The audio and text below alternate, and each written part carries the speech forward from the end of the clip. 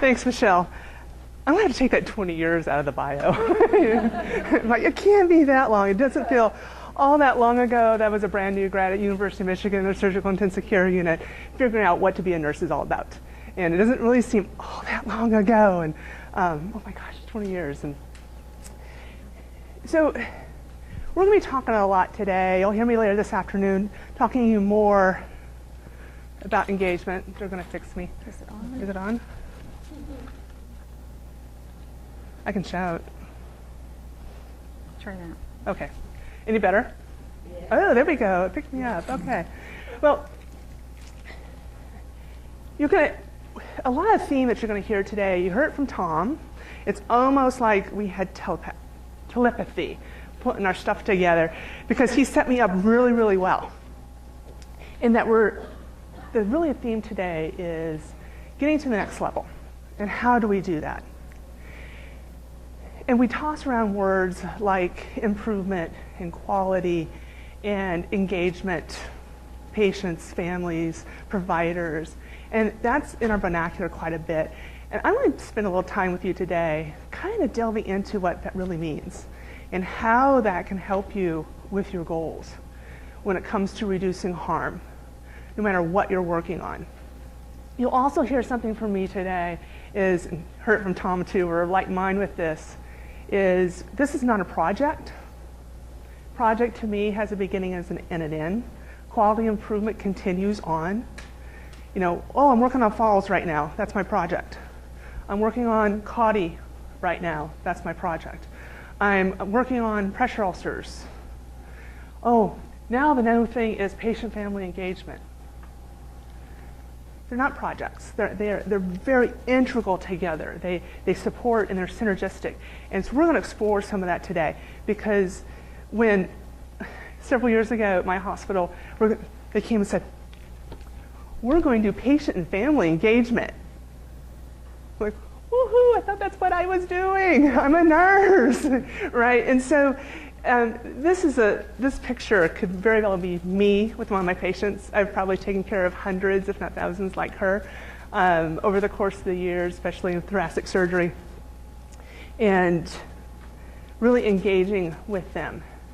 Because once they leave me and the team that I work with, have we set them up in the best situation possible so that they can succeed and get back to what they want to do with their life goals?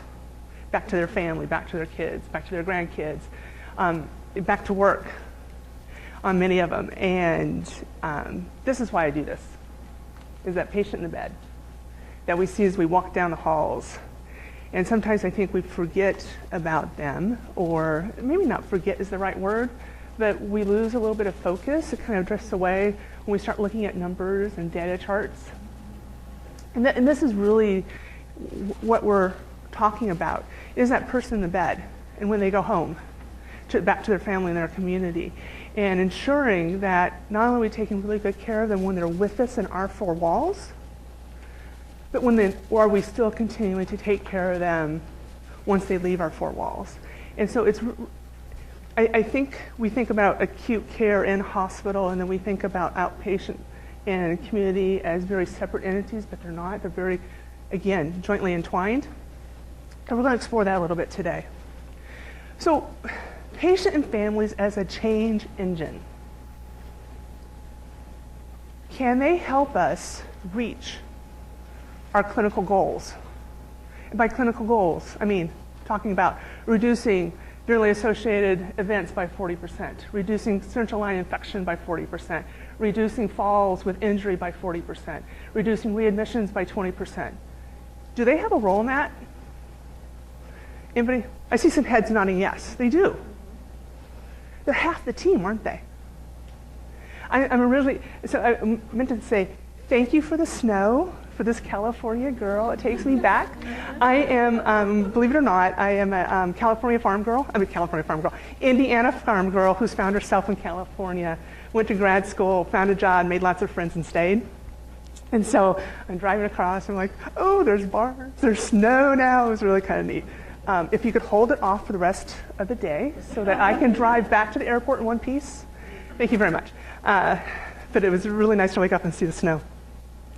So when we talk about families, we really can use them to partner with us, to help us get to those goals. In that meeting that I was sitting at, that first time I heard the term, the official term, patient-family-centered care, patient-family engagement, I'm like, well, isn't that what I do? I'm sitting with some of my colleagues and we're kind of looking at each other going, what's some newfangled thing that they're talking about? This is what we do all the time. And there was some resistance at first that we had to have a project around patient-family-centered care, patient-family engagement, that this was going to be our new quality initiative. And I'm sitting there as a clin spec who relies on my patients and families to make me successful in that they're successful and they go home in a good shape. And I'm thinking, well, this is what we do. How is this different? And it's really taken it to the next level and really examining how we really embraced our patients and their families to help us with care, their care delivery. Help us. Have we engaged them to help us not only with their care delivery, but with the patients in the bed next to them, or what we do out in the community? Have we had them come on board to tell us their stories, both the good, the bad, and the ugly? Have we invited them to help us learn from those stories and taken it to the next level, invited them to help us work on the fix-it of those stories? Have we taken it to that degree? And that's some of the things we're going to explore today. So, why not involve them? What would hinder, as you're sitting here thinking about how this would look like at home, where you work right now, what's the why not? Why not have them involved with us? What concerns immediately bubble to the surface when you hear about not only engaging them with their own personal care and how we do that, but engaging them in how we deliver our care across the board? Would you have a patient or a family member on your board strictly as representative of a patient and family? Would you have them as part of your, as your M&M committee, of your quality committees? Would you have them a member of your unit-based falls committee?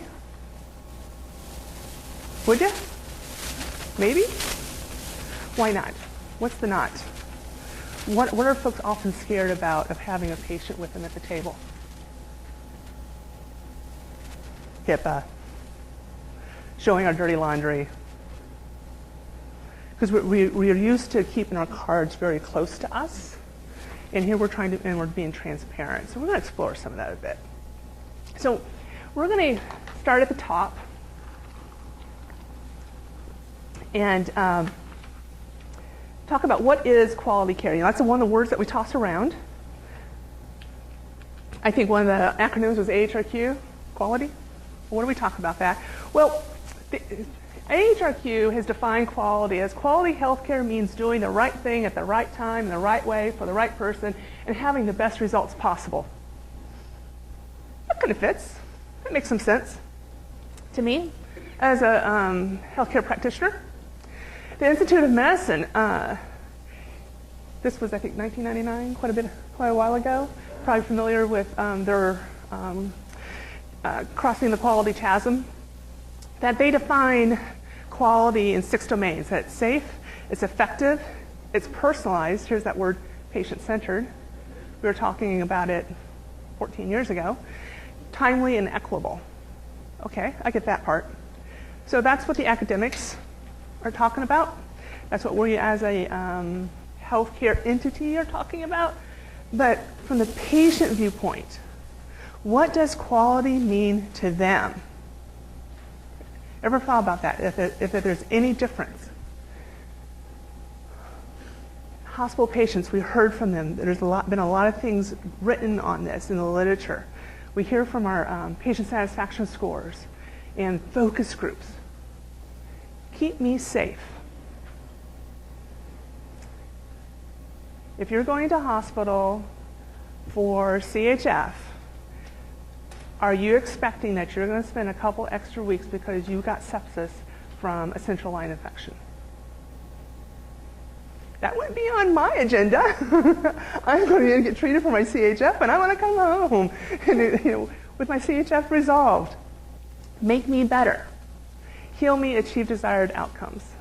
And hopefully we have the same idea about what that outcome should be. And have it be a positive experience. Treat me with respect, be caring, keep me comfortable, talk to me. Does that ring true? Do you think what patients are looking? And it's not that this is all that different from this. It's just how it's framed and the perspective that we're going for. So what's your current state? Think about right now the day in, day out operations at your facility. What's going on, how we interact with our patients and our families. How are we engaging them? How are we partnering with them so that they're helping us help them and helping us help their neighbor? How you doing? Are you sure? A great way to find out, and I highlight, has anybody had the fortunate opportunity to be a patient in your own hospital? Yeah. How was your experience? Great? What about you? Great? Tom? Good until Yeah. I had a different place, and it was fine. It just was not a lot of fun when I had to get up and walk. Yeah, I had patients like you. I get the crowbar out and do that. I've been a patient a couple times in my own facility, and it was good until a couple of things. I've also been a patient in one of our neighboring hospitals. It was good until a couple of things. And I'm not a quiet person. I'm here talking to you guys.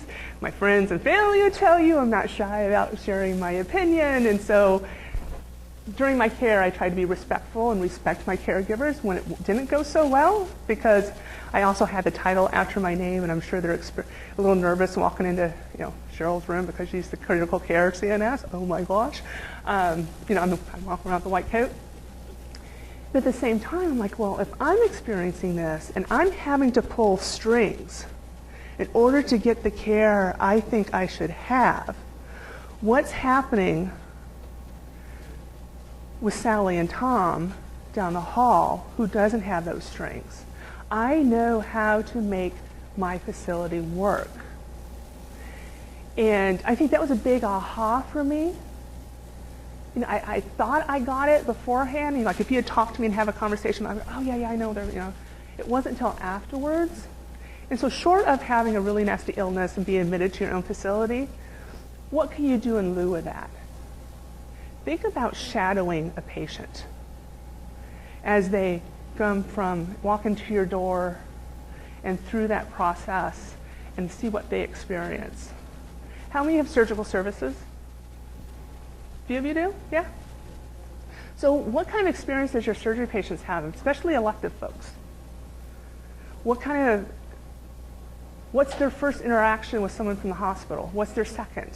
When they come in for their pre-op, if they come in for their pre-op, what experience are they having? Once they're into the preoperative area and they're getting prepped for the surgery, what kind of experience are they having?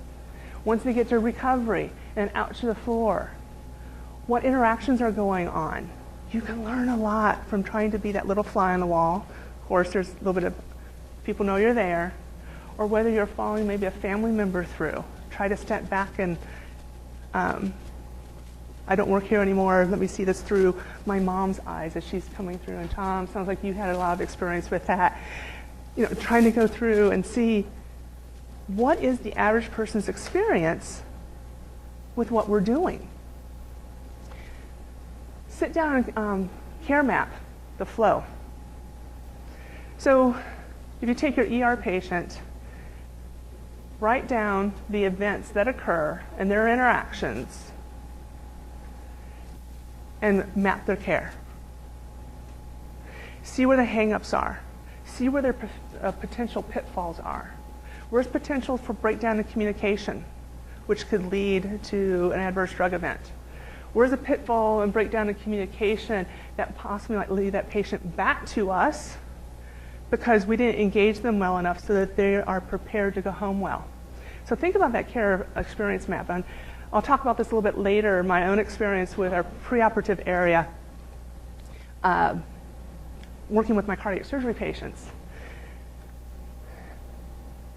and what we learned from them, engaging them to talk to us about how to improve our delivery of care, and following them through, and how we can make it better for them, and what do you know, it ended up making it better for us too. So have you reached your goals?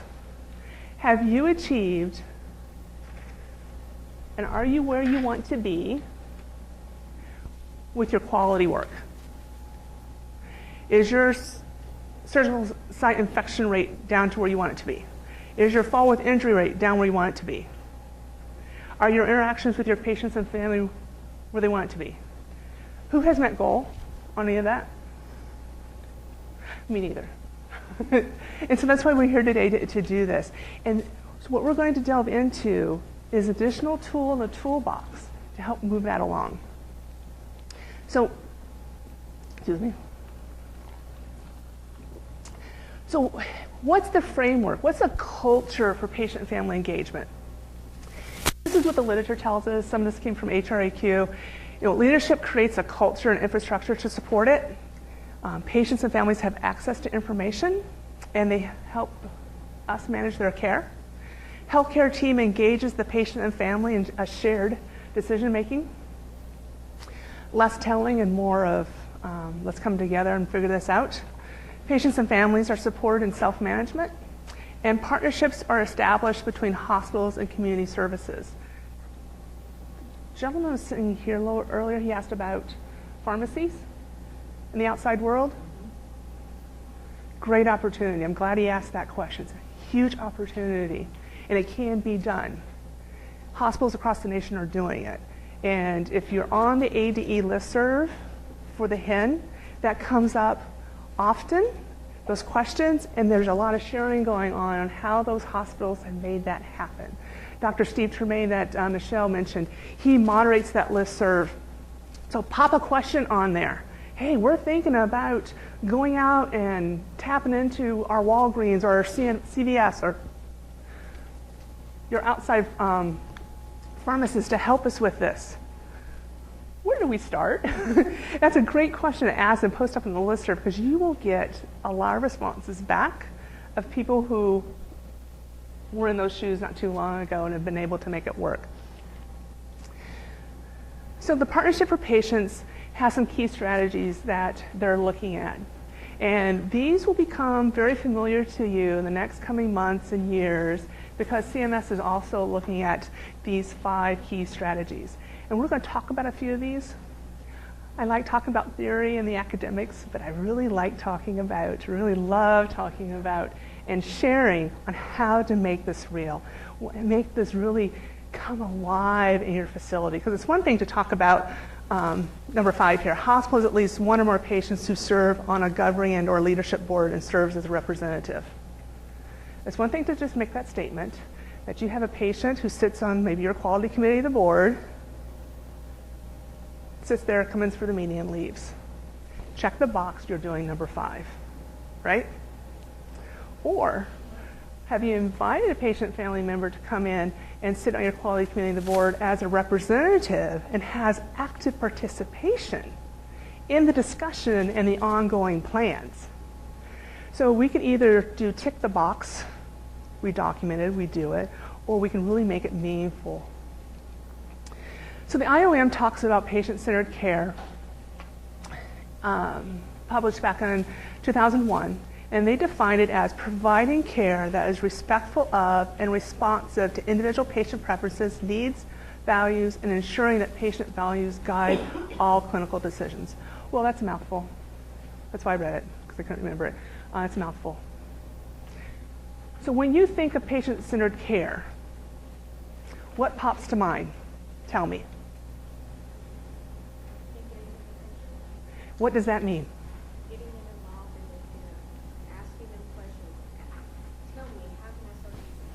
Great. Do you have any questions or concerns that I can help you with? What's troubling you the most? So, Do you have a support system? did you guys hear her over there? So, do you have a support system? Finding from them what they need and how you can help meet those needs, right? Anybody else? What does family-centered care and patient engagement mean when you hear it? Patient writing their own service, being at the helm and saying this is how, I mean, not totally, but they still are. Right, right. So they're use the word captain of the ship or the owner, right?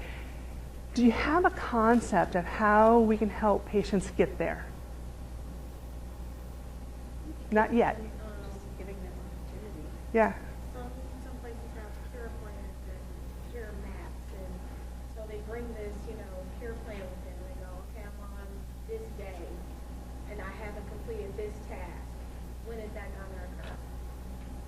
Yeah, great. And so that they're kind of self-monitoring. And I don't know if you've ever seen there's a tool out there, it's the green, yellow, red. You're green if it's this, if yellow, they use it for CHF, COPD patients. It helps them do some self-management and know when to reach out to a healthcare provider and when they need to go to the ER, the red kind of thing. It's a great way to help them with that. So thanks for those examples. And like Tom said, we're not exactly there yet. We haven't totally made the pie, but we're starting to bring pieces together that we know that work. And we're going to review a few of those today. So patient family-centered care. Oops, I went too fast. Where'd it go? Oh, it skipped a slide. That's okay. So there are some really 4 core at the heart what we need to think about with patient family-centered care. Dignity and respect. That's huge with folks. I know it is with me. When I walked into care, treat me like a human being. Treat me well. Information sharing. Participation and collaboration. So these are the 4 pillars, if you will, of what we talk when we're talking about patient family centered care and engagement. So the dignity and respect. Active listening. Okay, well, I need you to fill this paper out, name, social security, your insurance card, da-da-da-da-da. Very impersonal. Someone's coming into me and they're trying to tell me their symptoms of what's going on, and I can get some of the other stuff in there too. If I'm really truly listening maybe they're having an episode because they couldn't get their meds or couldn't get all their meds. Entering into a true dialogue with our patients about where they're at, really listening closely to them. Honor their choices. And Tom talked about his mom. We all have them and we love them, don't we? And when you're in healthcare, don't they call you with their questions and their concerns? And my mom recently had she's been having some lung thing going on. She has kind of that farmer's lung. She has a little cyst and stuff, and finally figured out why she was coughing all the time. Not TB, she has these little cysts, and they think it's vernacular farmer's lung, and she's coughing. And the doctor gave her a prescription for 2 medications. One's an oral agent and one's an inhaler. She got the prescription, dutiful daughter that I am. Hey, Mom, did you ever get your prescriptions filled? Oh, yeah. I didn't think to ask the next question of, are you taking them? Because I'm assuming that if she took the wherewithal to go down to Walgreens, because we live out in the country, she had to drive into town to go to Walgreens, pick up her medications, and she took them home, that she would start to take them, one would assume. I had championed with my mom, know your meds, read the little card, ask your doctor or the nurse at the office if you have any questions. Call me if you have any questions. I had, trying to get her to advocate for herself. Well, it backfired a little bit because she read every single little thing. And you know how all the side effects that they list? There's about 100. Yes, she wouldn't take it. So I'm like, okay, I'm going to put my clinical nurse hat on and pretend she's not my mom, but she's a patient. It's really helpful. And to try to figure out and dig down why she wasn't. And I really had to use a lot of listening skills of why she wasn't going to take it. And I eventually got her to try it. And lo and behold, it worked. I was like, but really, really listening. But I also had to honor her choice not to use the inhaler. She just didn't want to use it. And I really could have just kept battering over the head with it. But I'm like, she's an adult. We've had really good dialogue. I am really convinced that she understands everything. I had to honor her choice. And I think we need to do more of that with our patients. And then take into account the patient family knowledge, their values and their beliefs, and cultural backgrounds. I live right now in an area that's very, very culturally diverse. If there's a country on the map, somebody's there. And I think more and more the United States is becoming more and more culturally diverse. I know where I grew up, there was white, Caucasian, and there was African American. In the last 20 years, we have Laos, we have Vietnamese, we have Chinese, we have a large Latino population where there didn't used to be any. And I know that changed how we interact with folks. And because we had to take into consideration some of the outreach we did, their cultural beliefs and backgrounds, to make it meaningful for them. So think about what you have in your own neighborhood. So information sharing.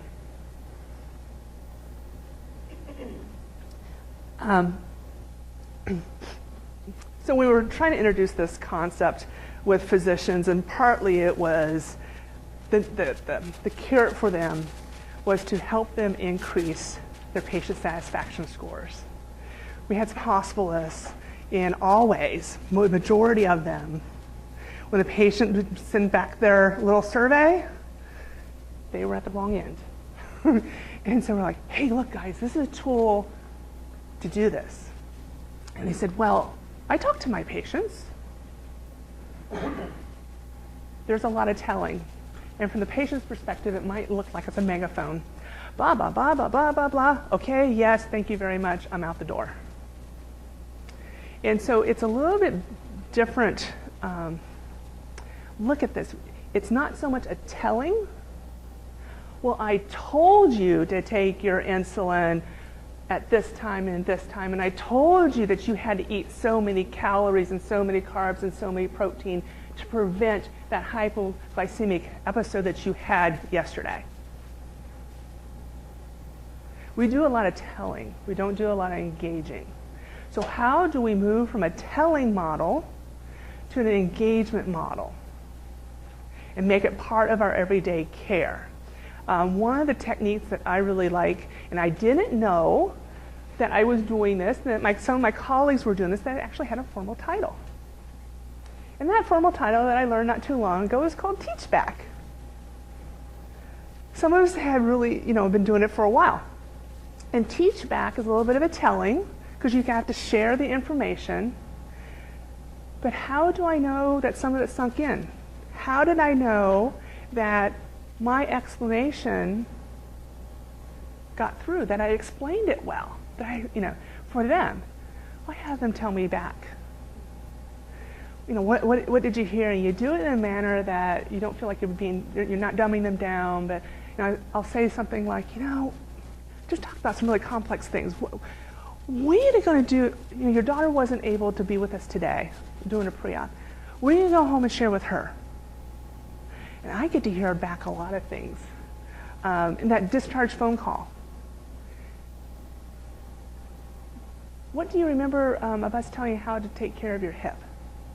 What are you doing to take care of your hip after your surgery and your hip replacement? And you hear some things back. And it's amazing what you hear back. Sometimes it can be things that are right on, and other things that they've just come and globbled together, and you wonder where they came up with that. But it gives us a great opportunity to do some intervention and do some further education as we go along. We want to do this in a timely fashion. And think about the time Not only timely, but at what time you're doing it. Someone's in acute pain. Is that a good time to tell them how to do cardiac rehab at home?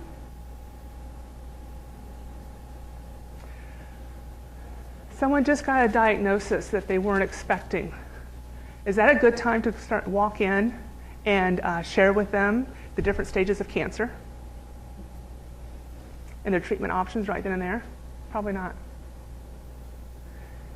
So sometimes it's not only a timeliness that we want to do it at the right time, but under the right circumstance, and to take those things into consideration.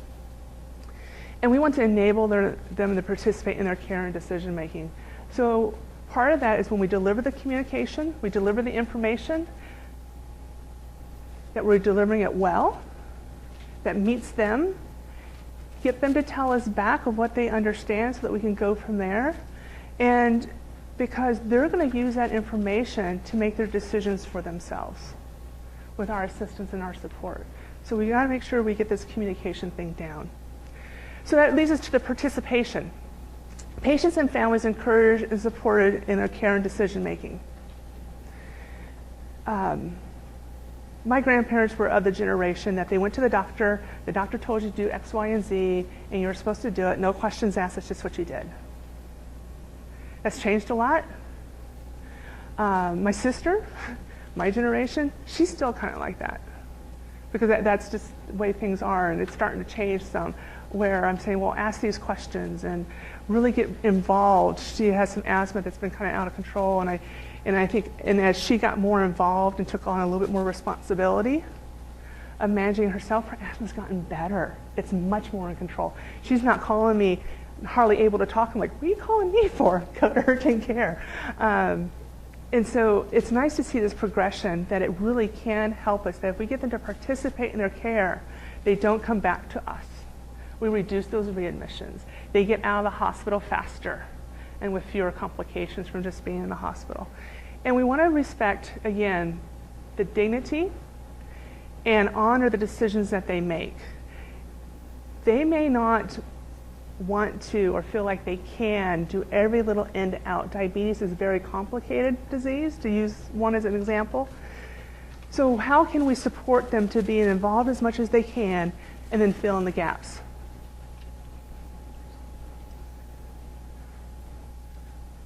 So let me just check something real quick.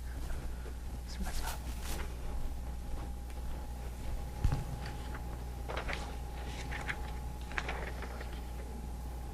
Okay. Sorry, I moved something around. So when we talk about bringing our patients together with collaboration, patients and their family beside me as a clinician together, not me in front, but me beside, working together, and we can hit on a lot of things to help us with our work, to drive quality and be that best example, that best practice when it comes to quality, involving them in our policy and our programs. For a lot of facilities, it's very scary. When we first started talking about how much to get patients and family involved in my facility, many of the clinicians and risk managers, they're like, oh, they're really scared, because they're thinking the dirty laundry. And that delivery of care, the facility design, implementation and evaluation of programs across the board. One of the hospitals, it's a huge hospital, Hopkins, out in Massachusetts, they have taken this to the 9th degree. And very early on, I heard about this concept, sitting like you all, listening to a gal from Hopkins talk about where they have patients involved. They had like a couple hundred committees. At that particular time, they had patients and or family members on almost 80% of their committees, down to the unit level. And my jaw just dropped. I'm like, really? A patient on my critical care committee to talk about end-of-life care? What could they possibly contribute to that? And as I heard her tell her story, I was just like, oh, I wish I had thought of that. They can have such an incredible, intricate role, because how can we be so arrogant to think we know what they need? That we know what we should give them and provide for them. And I really had a change in my viewpoint from that time on about patients and families on what they could help us with. Everything from having them put their input and design a new facility, because are we designing the facility for us or for them in their care, to sepsis care, to bedside report, to fall prevention, to pressure ulcer prevention. God, I think it has such an integral part, and we're going to get into some specifics on that in a little bit. So whether you're a really large urban hospital or a smaller community rural hospital, this happens to be a hospital in Montana. Montana is one of my states. Either of these places can be a very scary place to walk into. This is not a cruise ship where you're coming to have fun. You're coming because you have something wrong, or your mom or dad or your sister or your brother or your father-in-law or brother-in-law, and the list goes on, is having something done or something wrong. So I think it's more than time for us to start looking at our hospital and the care we provide through our patients' eyes. So the hospital experience. As a clinician and staff in that hospital, I know how the hospital should work and how to achieve results. As clinician and staff, we know who is who and what they do. I know who to pick up the phone and call if something's not going right. The patient doesn't. We are under a lot of stress and incredibly busy. Do you have free time? No. Does the doctor in the ER have free time? Does the nurse on med-surg have a lot of free time? No, we're very, very busy and we're under a lot of stress. Well, the patients, they're strangers. They don't understand our system and they don't understand our culture and our microcultures. They don't know who is who and what is what, or what they do. They just see somebody walking in either in a lab coat or scrubs. They're often in pain, they feel very vulnerable, and very afraid. They know the hospital staff are busy, and they think they're bothering them. I can't tell you how many times, as either a bedside nurse or a clinician going and doing rounds on my patients, that I say, you know, how's your pain? Oh, it's like an 8. I go, well, how long has this been? And they said, oh, you know, yeah, for a while. And I said, I'm going to go get you some medicine. I take care of it, get them feeling comfortable. And once they've gotten settled in, I come back and do the check. I said, no, I really want you to call me. If it starts creeping up, you know, we had discussion. I said, what, a 3 is comfortable for you, that you can get up and walk? Yeah. I said, all right, well, call me when you start to feel that 3 to 4. Oh, but I don't want to bother you. I know you're really busy. I've seen you run up and down the hall. I've heard that a lot. And so we need to make them, it's on us to make them comfortable and call in the call light. Or as a clinic's back, they'll say, oh, and the nurses are just so busy here. They work so hard. I don't want to add to that. And I said, we're here for you. You're our primary mission here, to take care of you. So I'm going to share a little video with you about the hospital. About a hospital. And you may have seen this before. It's the Cleveland Clinic. They did this little video. It's about 4.5 minutes long, so it's not too long. And it really hit home a lot of these concepts that we're talking about.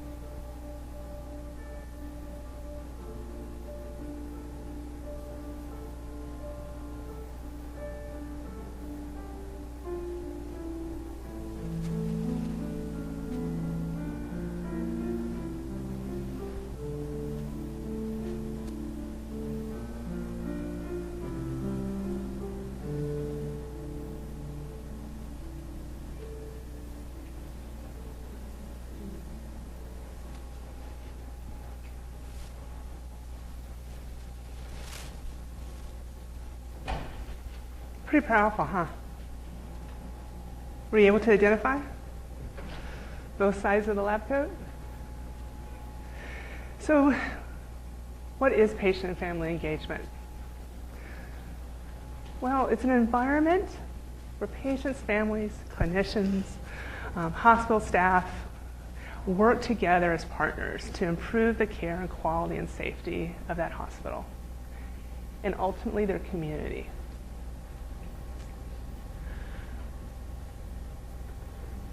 They're members of our healthcare team. They're no longer just the patient that the team walks in and does things to. They're actually part of the team.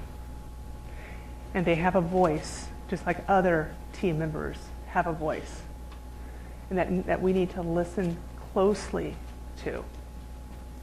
Working with them as advisors, not only in their own care, but others, to improve our policies and our procedures. Some benefits, well, obviously, I would think it's very highly beneficial to the patient. Some of that feeling of vulnerability, the word? Thank you. And the fear and uncertainty helps with that, helps with the coping. It helps with the families with that. But it also improves the care that we're delivering across the board. It helps us prevent the next harm event from happening because we've listened and we engaged them. And yes, it does help us with our patient satisfaction scores. Then there are those entities that like to pass judgment and grade us, whether it's Joint Commission or Health Grades or Blue Cross and Blue Shield or whomever. They're looking at this because more and more they're coming to realize that the more and more we involve patients and families, that if a hospital has done this, they provide better and safer care. It's actually become a metric to show that this hospital provides really good care and is a safe place to go because of this. So we've got some evidence-based practice support, advisors, working with them at the bedside, working with patients at the bedside with nurse report. Any of you guys doing bedside reporting? How's that going? And by good, are the nurses happy? Are the patients happy? Both, I think. What has it accomplished for you? Just better communication between nurses and patients and their families. Questions and that back and forth. Great. And letting the patients be involved with their care on a daily basis. We do it daily. Every shift? Cool. Because there's that back and forth. It's less of that megaphone telling and that come along beside us and help us care for you, especially families. I know my world has been so much in critical care, and the families stand at the bedside afraid to touch the bed because they don't want to hurt anything.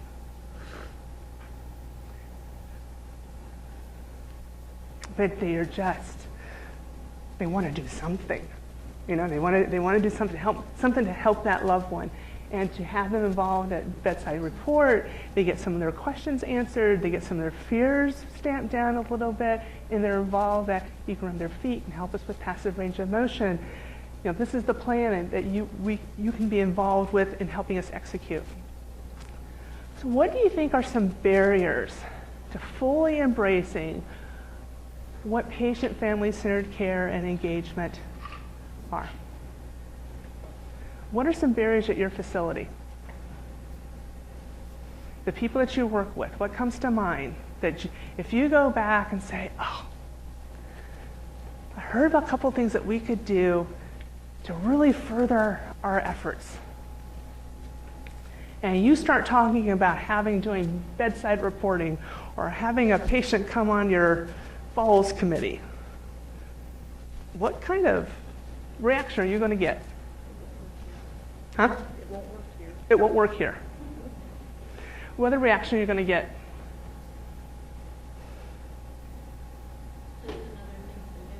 Just another thing to do. I'm sorry, what was that? Patients don't want us to wake them up with the interruptions. And the list could go on. So one of the things that I've learned to do with any of my quality improvement work, we're setting out to do the next thing, is think about potential barriers before we even start and have a game plan in place and help to mitigate those barriers, because we can't totally remove them. That's a big cinder block. Going down the freeway, they put these barriers in place to make me go a certain direction. And I can't go through that big cinder block, crash the car, go up in flames. But what could I figure a way out to go around it?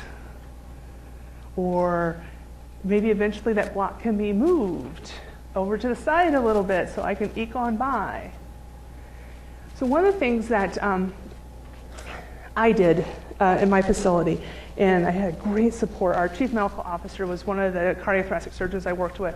He and I went to a conference together out at IHI, and we heard again about this concept. And I had had the privilege of working with him and a couple of his partners who really, you think about heart surgeons that they're up here, and patients and everybody else is down here. Well, they were the opposite of that. They listened to their patients. They followed through on their patients. They saw their patients within 2 to 3 days of discharge. Another group that started to come into my hospital would see their patients 2 weeks out. Which group do you think had better outcomes? The surgeons who saw their patients in 2 to 3 days, along with the phone calls and everything. So when Mike and I were sitting there leaning over to each other and said, I love this concept of getting patients and families on board with us to help us with our planning and our implementation and executions. And I'm like, where can we go with this? Well, let's go to the quality board. It's docs, it's nurses, it's respiratory, it's risk management, it's quality. Let's go to the internal quality board. They'll be all over this, right? Because we were thinking this is the best thing since sliced bread. Mike and I got back. We're sitting there, we're on the agenda. We got this great idea. And we shared it. I'm not sure what we were expecting, but we weren't expecting what we got. And that was, And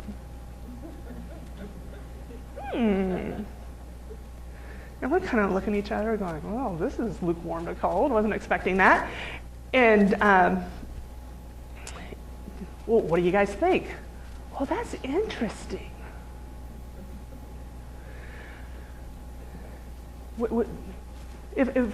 If we start talking to some patients, would that be okay with you guys? And they're like, sure, yeah, let's do that. And we decided to start small. We're like, we're not going to do this overnight. That we're going to be like Hopkins and have them on every single committee by tomorrow. We're going to start small. And that's how we got around that big old barrier. We started small. And we started safe. At the time, we had about 6 months earlier, we started doing patient safety rounds. And it was myself, senior leader, and one of the bedside staff was a respiratory therapist or a nurse. And we would go out and we'd talk a couple times a month, different units, different shifts, to get firsthand accounts of harm or near harm, and what could we do to fix that. And we called it patient safety rounds, but we weren't talking to the patients. We were waiting for that a little bit. We had that in the plan, but we wanted to get our act together, communication, and figuring out how we were going to do this with our own team before we went and started talking with patients. And Mike and I were like, I said, Mike, we're doing those patient safety rounds. He goes, yeah, they're going great. I said, I think we're at a point that we need to expand to include the other half of the equation, the patient. He said, I know where you're going with this. I got the best person for this, Jordan. I go, who's Jordan?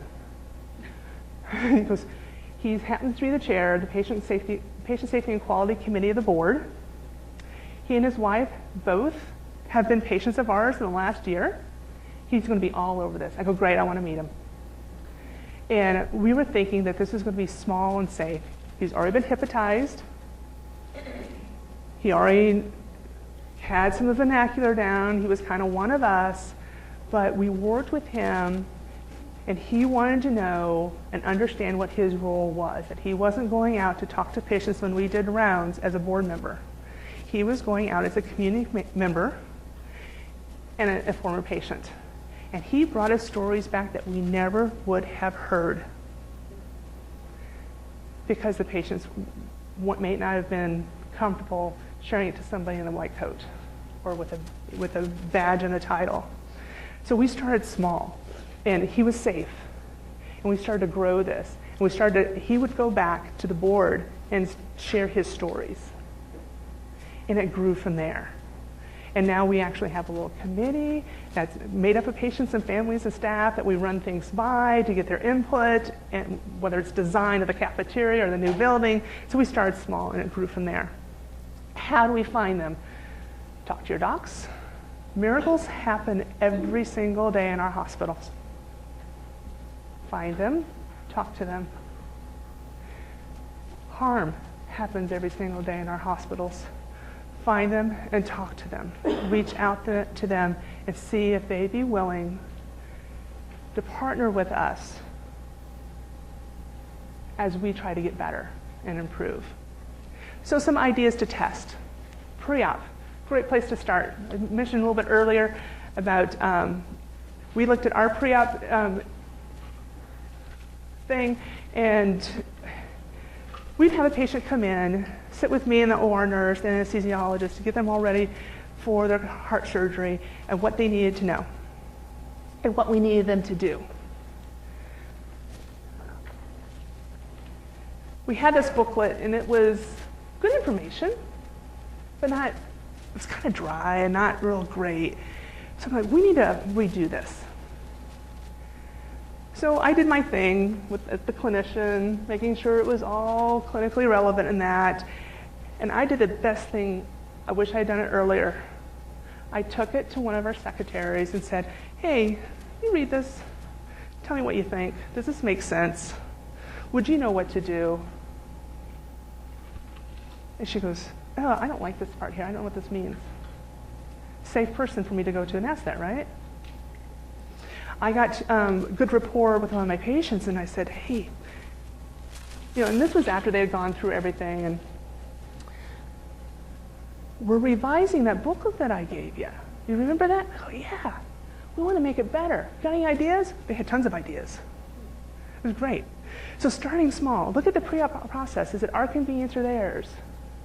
I had a little run with EKG and lab that they wanted the patient to go to them. These are patients with heart failure and angina, and we're making them run upstairs. We worked out a system that was beneficial for all involved to make it more, to listen to the patient, make it more convenient and more accurate for them. MedRec, that post-discharge process, whether it's a phone call, doing active MedRec, following up with their primary, their discharge instructions, what worked and what didn't work in the patient's day. Like Tom said, it goes beyond asking if the food was okay. Little St. Joseph London is in Kentucky, and this is what they did for their falls, how they try to get reach out to the patients, their family members with their falls. They worked with their families, a few of them, to help design their education, and they went further than that. They wanted to engage the patient as part of the team in the plan and the execution of preventing a fall and an injury. So part of that was this information is given to patients on all admissions. They do a verbal contract to get past that, oh, I know that you're busy, I don't want to call you. And they do bedside reporting. And at every single handoff, that verbal contract is renewed again with the patient to deliver the message that we're not too busy to take care of you. We want you to call us. So I thought this was a great little way to get somebody engaged in, because I got a contract. Open visiting hours. More and more ICUs and hospitals are doing this, but I can remember a day I was looking I was in transition, looking for a new job as a critical care nurse in this one hospital. I had an interview with them a couple days down the road, and I came to the hospital a few days before that to check it out. Because I was in a new area and wanted to check them out and just kind of get a feel for it, because at that point in time, my only contact with them had been a picture on the website and a phone call. So I was walking around the hospital, checking things out. I walked up to their ICU, and the first thing that I saw was a locked door and a sign that said, visiting hours, from 8 to 8:15, from 4 to 4:15, and from 7 to 7:15. Wow. You're only allowing family members and close friends to come in to visit this critically ill patient for 45 minutes in an entire 24-hour day. I canceled my interview because that was not a place I wanted to work, because I knew that I would be restricted in how I cared for my patient, that half the team would not be involved.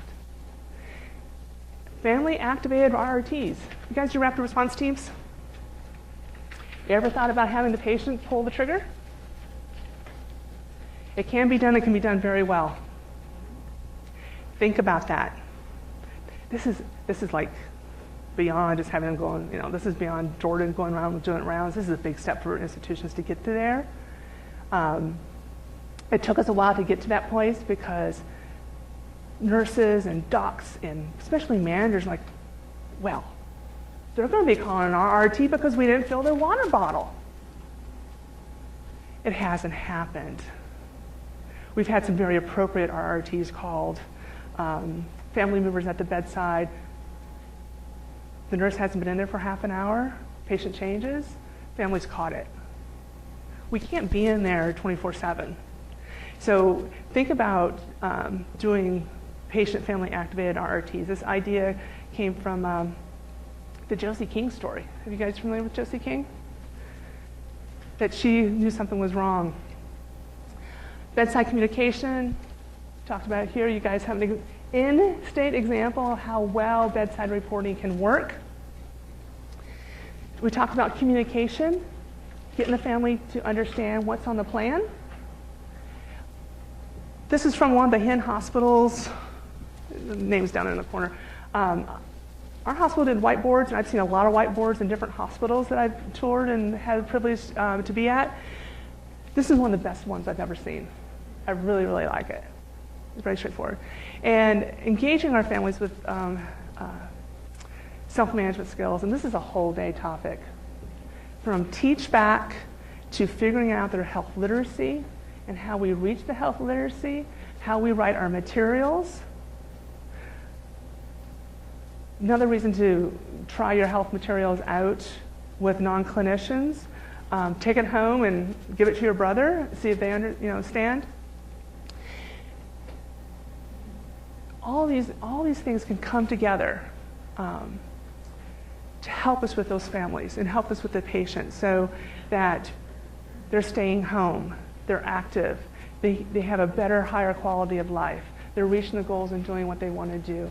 So involve them however you can involve them. Again, start small.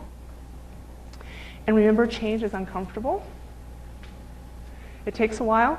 Lots of references and resources for you. And a parting thought. I like Ben Franklin, smart guy. Without continual growth and progress, such words as improvement, achievement, and success have no meaning. So we're constantly evolving to get where we want to go. Thank you very much for your time and your attention today. I'll turn it back to Michelle.